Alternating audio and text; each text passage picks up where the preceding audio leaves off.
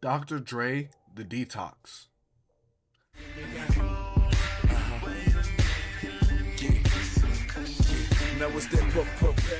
The story of The Detox starts in 2002 when Dr. Dre announced the album, as he initially said it would be his final masterpiece. Originally imaged as a hip-hop musical told from the perspective of a hitman with rumors that Denzel Washington might narrate, Dre said that Detox would be a more mature conceptual project, moving away from the blunts and lowrider themes of previous works. By then, his label Aftermath was thriving with Eminem and a newly signed 50 Cent.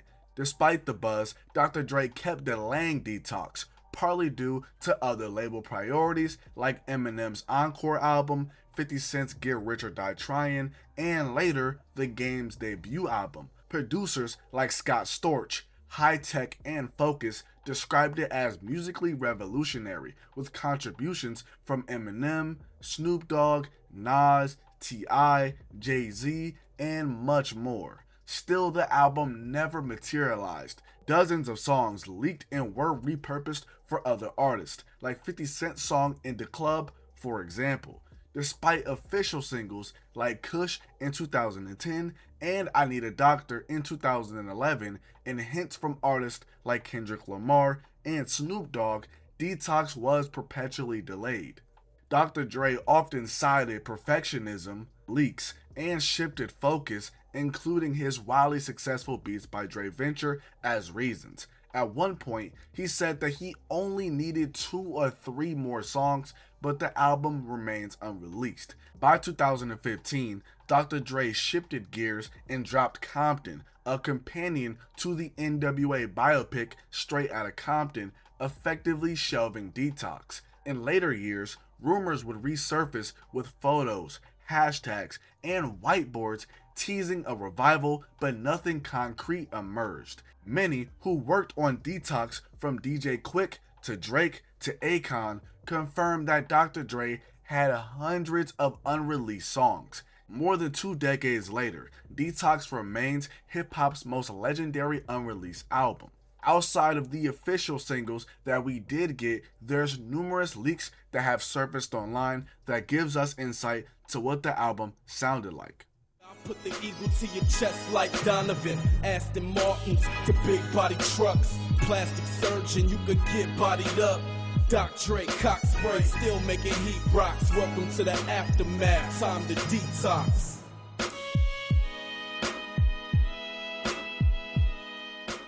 If you'd like to know more about the Detox, I have a whole video detailing the history behind the scrapped album. Nas, Death of Escobar. Class my face, gas 94, sold out in every record store. Local hood rats who wouldn't speak, now I'm who they checking for. The Death of Escobar is an unreleased Nas album that was planned for a 2001 release. The title refers to Nas's alter ego, Nas Escobar, inspired by the drug lord Pablo Escobar. For years, fans debated whether Death of Escobar was real, but in 2014, a blogger named CLAAA7 confirmed that it was, a scrapped project that later evolved into The Lost Tapes, which was released in 2002. Originally, The Death of Escobar was meant to be a prelude to Stillmatic that released in 2001, symbolizing the death of the Escobar persona and a rebirth of Nas's artistic identity. Previous to Stillmatic, Nas started off the year hot with the release of I Am, but there was a lot going on behind the scenes of that album due to how much bootlegging affected it. I have an old video that details what exactly happened. Then later that year, he released Nostradamus, which didn't do as well commercially or critically. Plus, by 2001, Nas was embroiled in a beef with Jay-Z. But in early 2001, Sony Music UK email outlined the plan for the Death of Escobar album. Death of Escobar would drop first, featuring older tracks and 3 new ones explaining the death of Escobar. Then Stillmatic would follow. Vibe magazine reportedly reviewed the album before its cancellation, praising it and naming specific tracks. According to CLAAA7 source, a person named Cairo Kid, the album was nearly finished and shelved at the last minute. It was more than a bootleg, it was a complete concept album. Eventually, many tracks from Death of Escobar would resurface on the lost tapes. Probably my favorite song that was intended for the album has to be You Don't Know Me.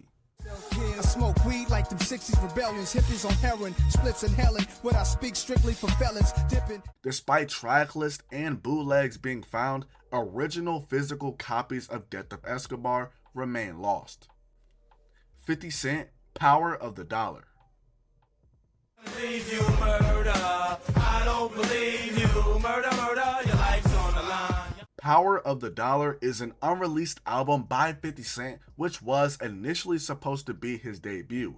It was planned to be released in 2000, but suffered some delays. Ultimately, the album was scrapped due to 50 Cent being shot 9 times in May of that year, right before Power of the Dollar was set to release. Fans and even law enforcement believe that it happened as a result of his leaked song, Ghetto Quran, that was slated to appear on the album.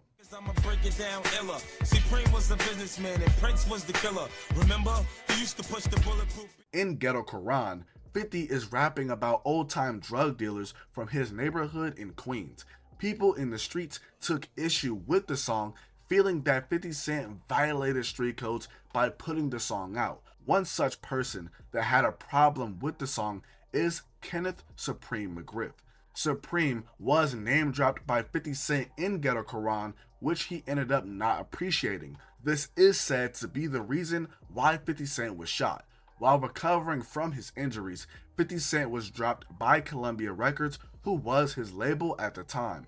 To add insult to injury, 50 was also blackballed within the music industry due to the controversy around him and some other factors, including his beef with Ja Rule. Supreme had a connection with Ja Rule, but that's a complete rabbit hole in itself. While Ghetto Quran was leaked, there were 3 official singles for this album: How to Rob, Thug Life, and Your Life's on the Line. The last single, Your Life's on the Line, is essentially a diss track towards Ja Rule and was the last track that 50 Cent released on Columbia Records. The first single was How to Rob, where 50 Cent took a very risky approach by dissing pretty much all of the major rappers and singers of the 90s. Make Stevie J take off that tight ass mink. I rob pun without a gun. That just piece and run. This nigga weigh 400 pounds. I ain't gonna catch me, son. While Power of the Dollar remains officially unreleased, you can still hear it online. Kanye West, Good Ass Job.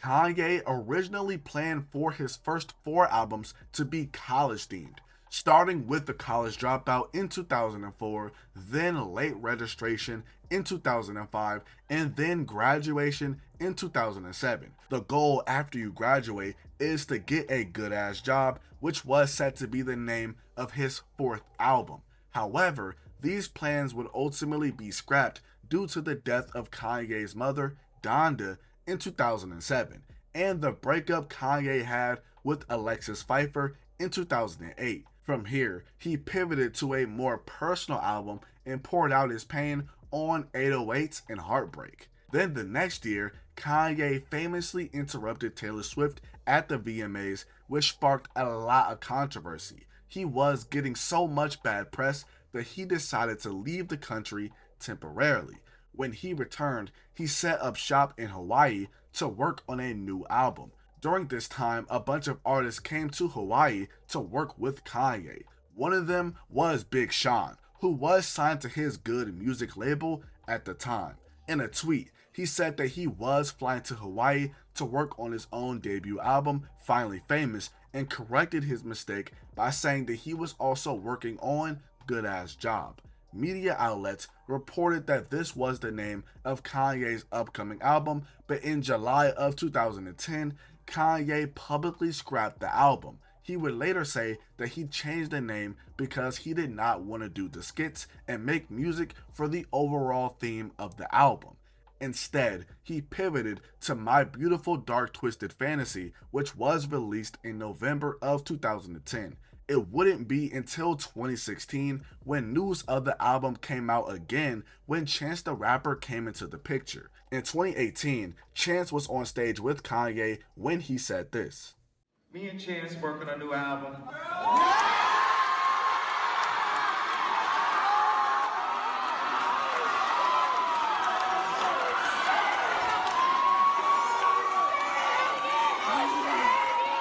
It's called Good Ass Job.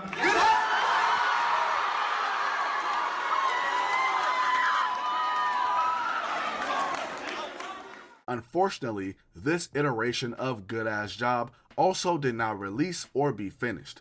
Fortunately, we do have some idea of what the album sounded like throughout the years due to numerous leaks and other shared information. My favorite leak from this album is Downtown. Downtown, I need you to meet me downtown. Tupac, One Nation. God trusted now it's hard to figure knew this nigga for eternity and never in my deepest thoughts figure he could turn on me. One Nation is an unreleased album that Tupac planned to do with the Boot Camp clique before his untimely death in September of 1996. It was meant to be an album that, despite the East and West Coast having tension, the two coasts could still make music together. Tupac still had love for the East Coast, which is why he reached out to the Boot Camp clique, a hip-hop supergroup from Brooklyn, New York. Putting the album together was not so easy at the start because people from the East Coast did not want to disrespect Biggie and Bad Boy. Eventually, when Tupac and the Outlaws reached out to the Boot Camp clique, they initially thought that they were being pranked. Tupac expressed to them that he wanted the crew to record for One Nation in California. Next thing that they knew, plane tickets were sent and they were on their way. The recording sessions for this album are said to have been magical. Tupac is well known to be a workhorse in the studio as he already had everything mapped out. Drew Friedman, the co-founder of Duck Down Records, said that Tupac had a volume concept for One Nation. The first volume was going to be under Machiavelli Records, which was Tupac's planned new imprint. Volume 2 was supposed to be on Duck Down Records. Other information that we know about the album is that in 2015, an unearthed letter from Tupac dating back to 1996 explained some of his plans for One Nation. One collaboration stands out from the others, and Tupac planned to work with Outkast. Tupac liked the duo and really wanted them to be on One Nation, but this never came to fruition.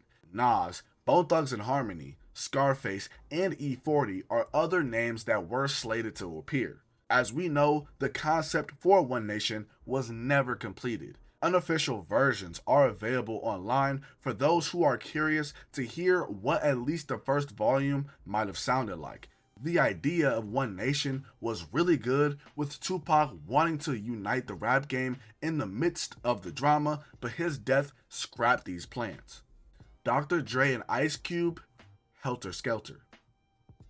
In 1991, after the release of N.W.A.'s sophomore album, the group officially broke up, though Ice Cube had already left in 1989. After going solo, Ice Cube still wanted Dr. Dre to produce his debut album, but Eazy-E and Jerry Heller shut that down, since Dr. Dre was still with Ruthless Records. By 1993, now with Death Row and fresh off of The Chronic, Dr. Dre told Yo MTV Raps that he and Ice Cube were working on another album. The plan? 2 solo tracks each, with the rest as collabs, 10 to 11 songs total. Snoop Dogg also said that he would be involved with the album. This was fitting because on the back cover of some copies of Doggy Style, the Helter Skelter album was promoted alongside other Death Row projects. But in 1994, Natural Born Killahs dropped as the first single for this project, rumored to be called Helter Skelter. Journey with me into the mind of a maniac, doomed to be a killer since I came out the nutsack. But the album never happened. When asked why, Ice Cube said that the success of Eminem, 50 Cent and The Game put the album on the back burner. Reports say that Helter Skelter was supposed to drop in 1995, but delays came from Ice Cube filming the 1997 film Dangerous Ground and Dr. Dre having a very busy schedule. In 2003, Ice Cube tried signing to Dr. Dre's Aftermath label, even teasing a solo album produced by Dr. Dre that was not Helter Skelter. The DOC claimed that he started writing for Helter Skelter after Dr. Dre gave him apocalyptic books for inspiration. When Dr. Dre wanted to use one of the songs for himself, the DOC felt used and frustrated. People close to the DOC say that the only reason he named his 1996 album Helter Skelter was to spite Dr. Dre in order for him to not use the same title. There's tons of rumors about Helter Skelter, with the beat for Tupac's Can't See Me allegedly being a beat meant for the Dr. Dre and Ice Cube collab album. Perhaps the biggest rumored track that was intended for the album is the song My Life, which is an unfinished track made in 1995 that leaked in 2004.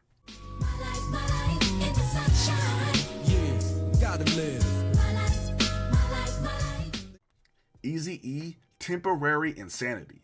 In December of 1992, Eazy-E released the EP 5150 Home for the Sick. The next month, in January of 1993, it was revealed that this EP was set to be a precursor to Temporary Insanity, which was supposed to release later that January. This album was set to be a double disc album that would contain 30 songs and also allegedly was set to include a special guest appearance by Guns N' Roses. Brian Turner, the founder of Priority Records, who Eazy-E's label Ruthless Records was being distributed by, was really hyping this album. Brian would say that there were so many aspects to the album, with it having pop-like songs to take to the radio and street cuts for the rap set. I've also seen that there were also early promotional posters for the album with the release date of May instead of January. May of 1993 would also just so happen to be the month that Dr. Dre would release the second single off of The Chronic, which was Dre Day. On Dre Day, Dr. Dre and Snoop Dogg famously dissed Eazy-E. Used to be my homie, used to be my ace. Now I wanna slap the taste out your mouth, make it bow down to the road. It's said that this changed the plans for Temporary Insanity. BG Knockout, a friend of Eazy-E, said in a Vlad TV interview that Eazy-E was always looking for a way to gain something from publicity. Instead of releasing Temporary Insanity, Eazy-E would then release an EP later that year in October called It's On Dr. Dre 187 Killah. This EP would have the legendary diss song Real MFing G's. This diss track was aimed at Dr. Dre among others. As we know, Eazy-E would sadly pass away in March of 1995 and Temporary Insanity would never come out. We do have an idea of what Temporary Insanity sounded like due to some of the material allegedly making way on Eazy-E's posthumous album Straight Off of the Streets. Eminem, Relapse 2. In October of 2008, Eminem revealed the title of his comeback album, Relapse, at a launch party for his autobiography, The Way I Am. At the time, Eminem had not dropped a studio album since Encore in 2004. Though Curtain Call came in 2005 and Eminem Presents the Re-Up came in 2006, those were compilation albums. Relapse would also be his first album since his overdose in late 2007. There were rumors that Relapse would drop in late 2008, but delays pushed it to May of 2009. It topped the Billboard 200, selling 608,000 copies in its first week. Eminem initially planned to drop Relapse 2 that same year, but instead released Relapse Refill in December, which included 7 bonus tracks. Eminem later explained that after recording new material with Dr. Dre and other producers, the sound of the new songs shifted so much that he scrapped Relapse 2 entirely. In April of 2010, he tweeted, "There is no Relapse 2," and announced his next album, Recovery, instead. Behind the scenes, it's said that Eminem had over 300 songs recorded between 2005 and 2008. Sessions in Hawaii that took place in 2009 with Dr. Dre and Denon Porter sparked a new creative direction for Eminem. While Relapse 2 never materialized, its remnants helped shape Recovery, which was released in 2010. I'm well aware that Eminem does not look back on Relapse that fondly, specifically his distaste for the accents, as he considers Relapse to be one of his worst albums. With context, after Eminem OD'd, he had to relearn how to rap again, which came with its challenges. Like I said though, Relapse 2 is the bridge between Relapse and Recovery. Relapse did not get the best reviews, while Recovery was looked at more favorably. Over the past couple of years, I've seen fans really come around to praising Relapse for what it is and talk about the potential that Relapse 2 had. Outkast, 10 The Hard Way.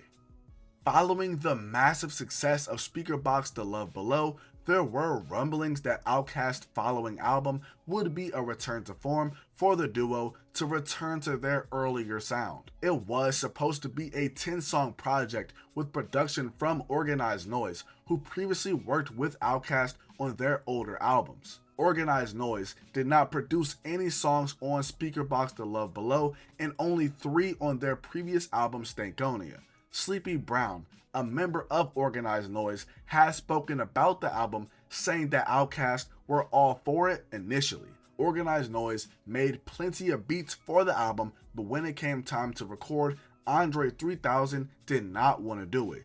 This led to frustration over Andre needing to make the decision on if he wanted to do music or not. After Speakerboxxx The Love Below, he was not as focused on music due to his acting career and other outside ventures. At a point in time, the album did have a planned release date, which was June of 2005. However, this date came, the album got delayed, and it unfortunately never released. This happened to be around the time that Outkast were also working on the film and movie Idlewild, which was finally released in 2006 and ended up being their last album. It would have been interesting to hear what the album sounded like, considering that Outkast were on another planet after 2003. Instead of continuing to go the direction that they were going musically, the decision to return to their old sound was intriguing. Tank Dogs, Beware of the Dogs. Back in the 90s, No Limit Records was a machine. It felt like they were dropping a new album every other week. In 1998 alone, they released 23 albums. With that kind of output, it's no surprise that there are rumors of tons of unreleased material from that era. But one project that really stands out is the Tank Dogs album. The original lineup was supposed to be Fiend, Snoop Dogg, C Murder, and Mac. Mystical was a later addition, which you can kind of tell he's missing from early cover art, but shows in edited versions later on. While digging into this project, I came across a 2019 interview that Fiend did with Dirty Glove Bastard. He said a lot of the Tank Dog sessions were recorded at Snoop Dogg's mansion when he was still with No Limit Records. He also mentioned that the label's old lawyer and Beats by the Pound, No Limit's in-house production team, might still have some of the files. The album was reportedly set to drop in 1999 or 2000, but it never happened. What's crazy is that multiple people, Fiend, C Murder, and even Master P, have all said that the album was actually finished. While we've never heard the full project, a few tracks tied to it are out there. One of them is True Tank Dogs, featuring Mystical from Snoop Dogg's The Game Is To Be Sold, Not To Be Told album that was released in 1998. Another is Tank Dogs with Fiend and C Murder from Mac's No Limit debut album. Those are just a couple examples, but man, it's a shame that the album never dropped. Juelz Santana and Lil Wayne, I Can't Feel My Face. I'm a boom to the bass, what more can I say? I can't feel my face. Heal up, will up, bring it back, come rewind. The idea of a Lil Wayne and Juelz Santana collab tape dates all the way back to 2006. At the time, both rappers were on fire. Juelz Santana just dropped 2 successful albums, From Me to You in 2003 and What the Game's Been Missing in 2005, plus hit mixtapes like Back Like Hood Crack. Lil Wayne, meanwhile, had just started his The Carter series. The Carter in 2004 and The Carter 2 in 2005 showed serious growth. And then you cannot forget to mention that Lil Wayne had a legendary mixtape run during this time. But during this time, Lil Wayne and Juelz linked up often, and Wayne even spent a summer with Dipset. Jim Jones said that Lil Wayne soaked up their style and energy, and it showed. Around this time, Lil Wayne and Juelz dropped Blow with Mick Boogie, a prequel to their long-rumored collab project I Can't Feel My Face. In 2008, Lil Wayne exploded with the release of The Carter 3, selling over 1 million copies in its first week. Juelz appeared on the track You Ain't Got Nothing. That same year, Juelz told DJ Vlad the collab tape was pretty much done with 35 plus tracks, but label politics, leaks, and personal situations kept it from dropping. More setbacks came when Juelz's studio was raided in 2011, stalling his own momentum. Despite that, Lil Wayne appeared on Juelz's 2013 mixtape, God Willing, and they stayed cool. Over the years, they kept talking about I Can't Feel My Face being close to being released. In 2020, Juelz's wife at the time confirmed that it was nearly done. This was while Juelz was finishing up a prison sentence. His team said that they had 25 songs ready. Fans continue to wonder if it will ever see the light of day. Will it be old, new, or a mix of both? Fortunately, we do have some insight into what the album could have sounded like due to the leaks and collaborations that they've done over the years. By far my favorite has to be Bad Side. Man, these boys can't get on my level, they never could. All white phantom directing it through the hood. Run a soft lever, my dad can carry wood. Jay-Z and Kanye West Watch the Throne 2. In August of 2011, Jay-Z and Kanye dropped the legendary collab album Watch the Throne. It topped the Billboard 200, selling 436,000 copies in its first week. As of 2020, the album is 5 times platinum. Watch the Throne really delivered on the hype as Kanye and Jay-Z proved to be one of the best dynamic duos in rap history, with classics like Ends in Paris, Otis, No Church in the Wild, etc. Of course, after such a successful album, fans clamored for Jay-Z and Kanye to run it back. But this would not be so simple, as Kanye and Jay-Z's relationship fragmented a bit due to multiple disagreements. Things such as Kanye and Jay-Z not seeing eye to eye with the production of the Watch the Throne tour. Jay-Z and Beyonce not attending his wedding with Kim Kardashian in 2014. Kanye being hurt that Jay-Z did not reach out to him after his then wife Kim Kardashian was robbed in Paris in 2016. Kanye leaving Tidal in 2017 over monetary disputes when Jay-Z still had a board position with the company. So these are looked at as the main reasons why getting a part 2 was complicated. But in 2018, after previously saying that there would not be a part 2, Kanye put out a tweet saying that Watch the Throne 2 was coming soon. At the time, it remained unclear if Jay-Z got the memo and was on board. We would not really get any update until 2021 when Justin LeBoy, an associate of Kanye, tweeted out that the album would come out by the end of that year. He also said that Kanye and Jay-Z were back working with each other, but no album came. However, we did get a collab between the two on Kanye's Donda album with the song Jail. On the song, Jay-Z hinted at the possibility that a part 2 could happen. Casting stones. This might be the return of the throne. The only other mention of the album that I could find was when Kanye teased the album in 2022 during his interview with Drink Champs. After all of the controversies that Kanye has been in throughout these past couple years, I highly doubt that we'll ever get Watch the Throne 2. Jay-Z is not going for that. J. Cole and Kendrick Lamar, Untitled. For years, a collab album between J. Cole and Kendrick Lamar was teased and talked about. Plans for it date all the way back to late 2010. The project was described to be top secret, as Kendrick revealed that the two had a lot of music together. In 2011, during an in-store signing for Kendrick's debut album, Section 80, he previewed one of his collab songs with J. Cole that still remains unreleased to this day. Left side, right side. Often I'm caught up in confusion and trying to find solution to try to pimp the system as a form of prostitution. I'm ready. This same year, Kendrick said that they did not have a title or a release date, but J. Cole had 90% of the production done. But Kendrick revealed that one of his favorite songs from the project was Shock the World. This is another song that still remains unreleased.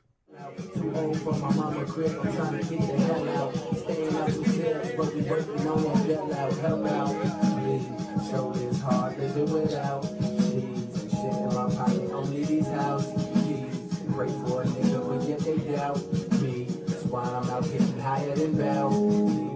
From here, we continued to get bits and pieces about the collab project throughout the years. Then on Black Friday in 2015, the two dropped a song of the same name. No lunch tables and park benches, and I won't mention my 10,000 hours in training while juggling game banking. My balancing was tremendous. This put the hype of the album at an all-time high, with rumors coming out that it could drop in February of 2016 during Black History Month. This is because at the end of Black Friday, J. Cole told the listener to wait until February before the song was cut off. Kendrick's own sister even co-signed this in a since deleted tweet. February came and went with no collab album. After this, there was some news regarding the collab album, but as we know, it never ended up being completed. In 2023, J. Cole talked about what happened.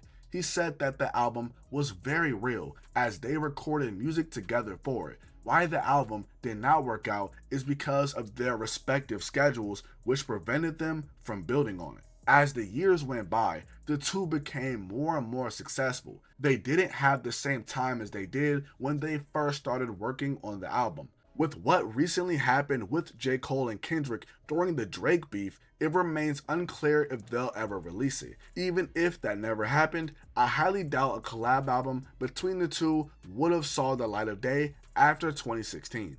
Murda Inc. Untitled. You might be surprised to learn that Murda Inc. was originally the name of a supergroup featuring Jay-Z, DMX, and Ja Rule before it became a record label. The name came from a documentary that Gotti watched about a real-life crime syndicate from the early 20th century. Gotti was the mastermind behind the group, connecting all three rappers through his work as a producer and executive. The group began forming around 1995, but by the time that they appeared on the iconic XXL cover in 1999, things had changed.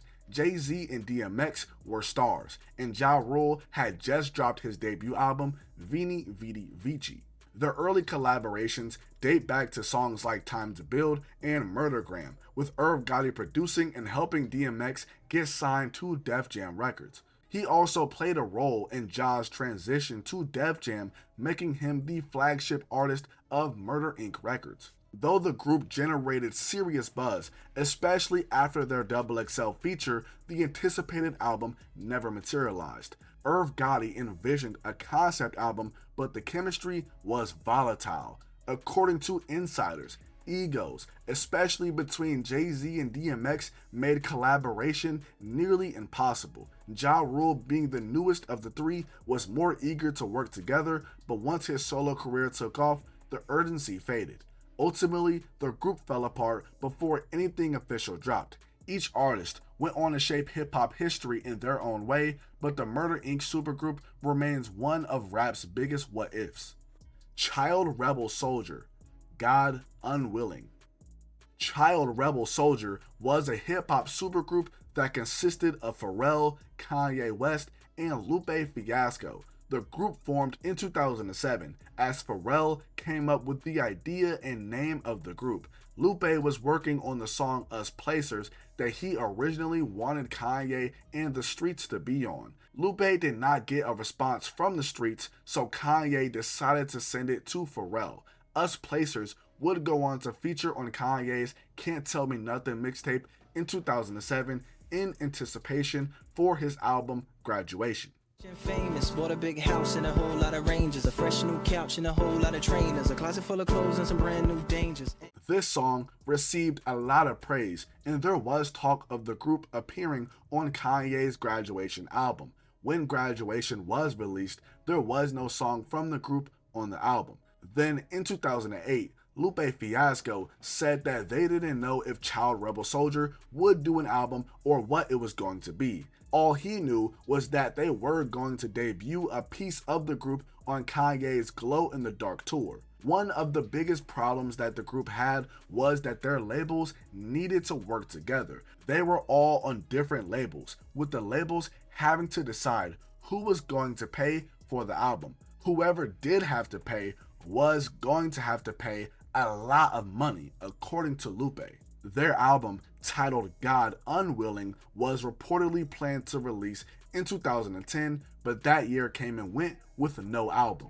In 2013, Lupe took to Twitter to announce that the group was no longer happening. Years later, Lupe further explained what happened, saying that people got rich and crazy. It wasn't him that was holding the group up. Pharrell had a lot of things going on as he achieved massive amounts of success. The same thing applies to Kanye, but he was also involved in numerous controversies. In 2024, it was announced that Lupe had plans to reboot Child Rebel Soldier, but as a solo project. After all, the idea for the group started over Lupe wanting to make a mixtape where he rapped over Radiohead samples. We do have somewhat of an idea of what a Child Rebel Soldier album would sound like due to the numerous songs that they have released. Mr. West, turn that new child rebel. Loud as a badass child level. Who need a chorus? We do a Tyrannosaurus. There's even songs that Lupe has sent to Tyler the Creator for his own personal collection. But it's safe to say that the group Child Rebel Soldier album will never be released. Black Hippy, Untitled.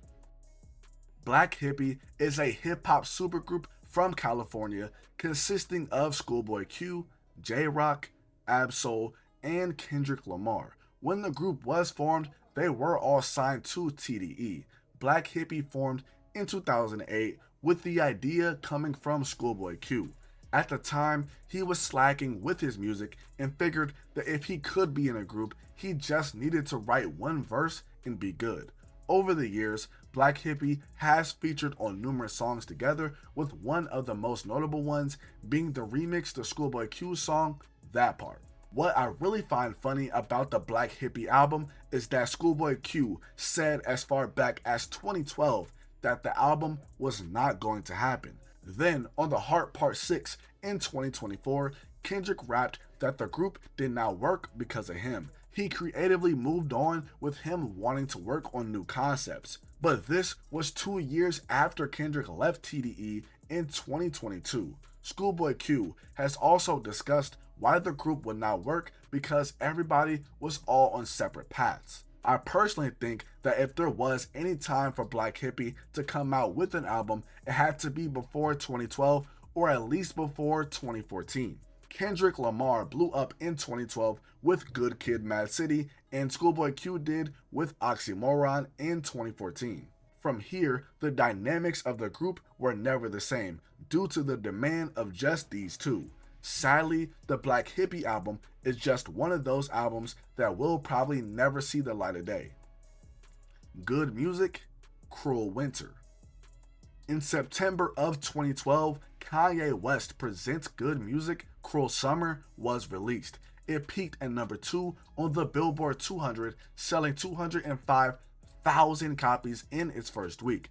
The album contained singles like Mercy, Cold, New God Flow, and Click. Later that year, there was some chatter from Q-Tip that there was going to be another compilation project from Good Music called Cruel Winter. Malik Yusuf, a songwriter and artist who was on Good Music, said that he was working on Cruel Winter. This was shot down by Common, who was also on the label. He said that it was just merely a rumor with everybody working on their solo albums at the time. But then Travis Scott, another Good Music artist, came out and said that Kanye was working on Cruel Winter. He also said that he might just drop it out of nowhere. Not at that moment, but maybe in 2014. In 2015, rumors spread that Kanye was finally going to drop Cruel Winter, with there being a rumored track list. No such album came this year, but it was confirmed by Sahai the Prince, another Good Music artist and songwriter, who said that a lot of work was done for Cruel Winter. He shifted the blame to Def Jam as being the reason for the holdup with the album, considering Def Jam distributed Good Music. Well, in 2016, new hope was brought to the album with the song Champions being released. Pray for me, I'm about to hit the yay button.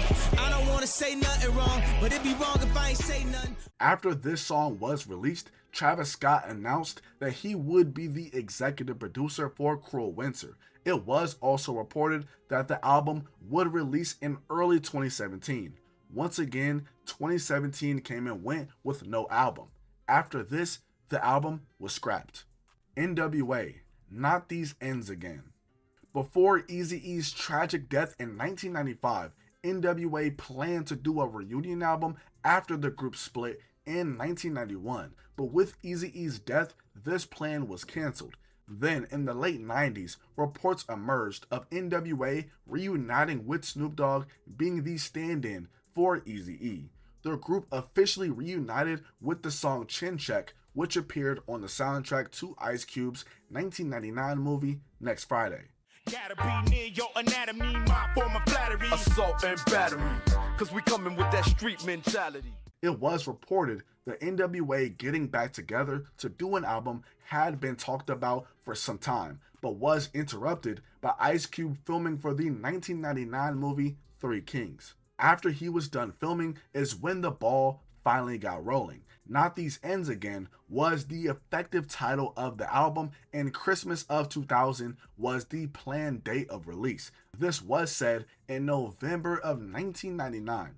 Then, in July of 2000, it was reported that he had started working on the album, with them using a mobile recording studio while on the Up in Smoke tour. DJ Yella was the only N.W.A member who was out of the loop, but Ice Cube said that he got in touch with him and he would be involved. Then, a year after the album was announced, reports came out that the reunion was stalled. Ice Cube explained that N.W.A faced two issues. They did not have a lot of time, and the group knew that they had to make a great album. Ice Cube was fairly busy in his own right due to everything that he had going on with his movies. He was working on Next Friday, which came out later that year, started working on Barbershop, which came out 2 years later in 2002, and was working on a film called The Big Ticket, which I'm not sure if that ever was released. Dr. Dre had his own thing going on with his solo career, and his artist Eminem being a complete megastar. Ultimately, the N.W.A reunion album would never happen. They could never get on the same page as far as scheduling, and it was definitely a tall task to make a reunion album that would have satisfied fans. MF Doom and Ghostface Killah, Swift and Changeable. In 2005, it was announced that MF Doom and Ghostface Killah were dropping a collab album with each other. At the time, it was planned to be called Ghostface meets Metalface. Ghostface at this time said that they had 6 tracks done for the project, with their plan to have a fall release in 2005. Fall would come, but no album. Ghostface and Doom continued to work with each other, and it was then reported that their album was now rumored to be titled Swift and Changeable. The release date was now set to February of 2007. But once again, no dice. During an interview in 2009, Ghostface explained that he was currently waiting on MF Doom to get back at him to fix some things about the project. 2 years later, at the tail end of 2011, Ghostface told the media that a lot of songs were done for the project. He was still waiting on MF Doom to send him a couple of songs. He further explained that it was MF Doom holding up the project as he kept pressing the issue. Through all of this, Ghostface was adamant that the project would happen. 3 years later in 2014, Ghostface Killah didn't ask me anything on the R Hip Hop Head subreddit, where he said that the album would now be released in 2015. Then reports came out that it would actually drop in February of 2016, and by now you get the point. Delays after delays after delays. Sadly, MF Doom passed away in October of 2020. A year later, Ghostface was asked about the project, and he explained that the release of their collab album depended on MF Doom's estate. Something interesting that Ghostface Killah said was that he wanted to reduce some of his verses over because he did not want them to sound old. With MF Doom's death, I highly doubt that this project will ever be released. Really unfortunate because it would have been cool to see a project between MF Doom, the supervillain, and Tony Stark's the superhero, as it would have been under the Doom Stark's name. Fortunately, we do have numerous collabs between the two, so we do have some insight into what the album could have sounded like. Undercover agents far beyond knocks, amazed by their beauty marks. Wonder Woman bracelets, knee-high boots that was made by Clarks. Playboi Carti and Lil Uzi Vert, 1629. 1600 block, 400 degree, swipe to see, 400 degree. In 2017, Playboi Carti posted a photo with the caption, Carti Uzi tape, Uzi Carti tape, 1629. The title refers to their respective neighborhoods, Uzi's 1600 block in Philly and Carti's 2900 block in Atlanta. Around this time, both were experiencing major success. Uzi had just dropped Love Is Rage 2, which peaked at #1 on the Billboard 200. Carti had just released his self-titled mixtape, which had strong momentum with hits like Magnolia and Woke Up Like This.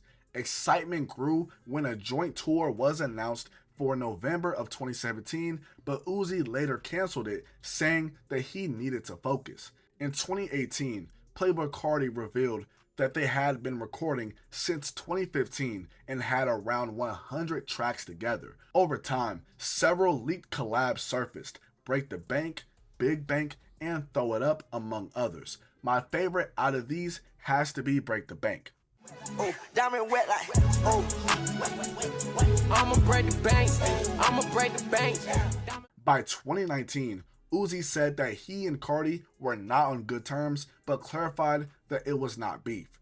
They have since patched things up. In 2021, on a live stream with Aiden Ross, Uzi revealed that Playboi Carti and him recorded 1629 in London, but those songs are gone. And from 2020 to 2022, they'd made 40 new songs. Playboi Carti later told XXL that he hopes that they can change the world with the project someday. Thank you to everybody who stuck through to the end. It really means a lot. Let me know what you think of these unreleased albums and if any will be officially released. Give me some suggestions for some future explained videos that you'd like to see from me as well. As always, I love you guys with all my heart. Peace.